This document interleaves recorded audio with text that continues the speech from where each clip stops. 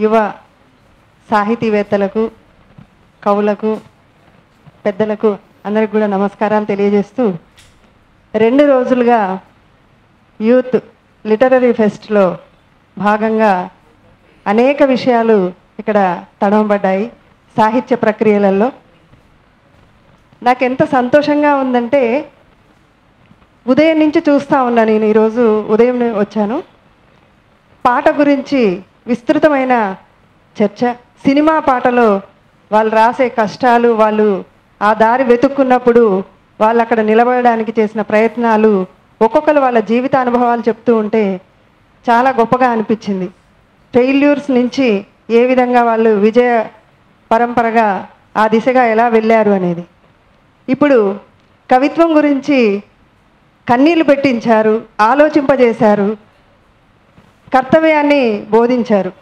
అసలు ఒక తగుళ్ళ గోపాల్ ఆ తమ్ముడు కవిత వింటే కళ్ళ నుంచి నీళ్లు ధారాపాతంగా వాటంతటవే వచ్చేసాయి.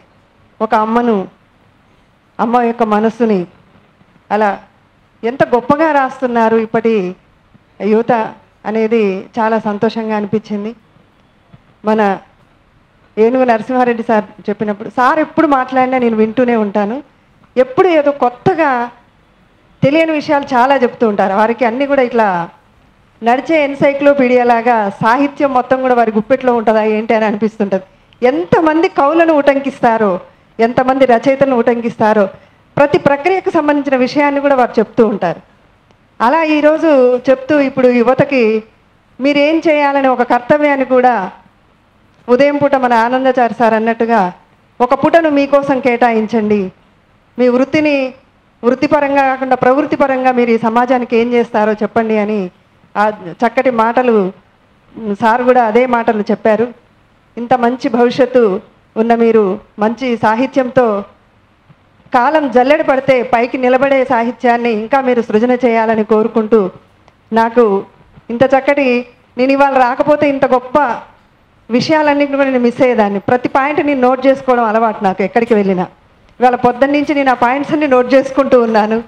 చాలా చక్కగా జరిగింది. ఈ యొక్క నిర్వాహకులకు ఆనందాచారి సార్ అయితేనేంది, సలీమా అయితేనేంది, మన అనంతోజు మోహన్ యూత్కు ప్రతినిధిగా ఈ 2 రోజుల కార్యక్రమాన్ని నిర్వహించడం అంటే, నాకు ఒక్కరోజు కార్యక్రమాన్ని నిర్వహించుకోవడానికే నేను 2 నెలల నుంచి ప్లాన్ వేసుకున్నాను.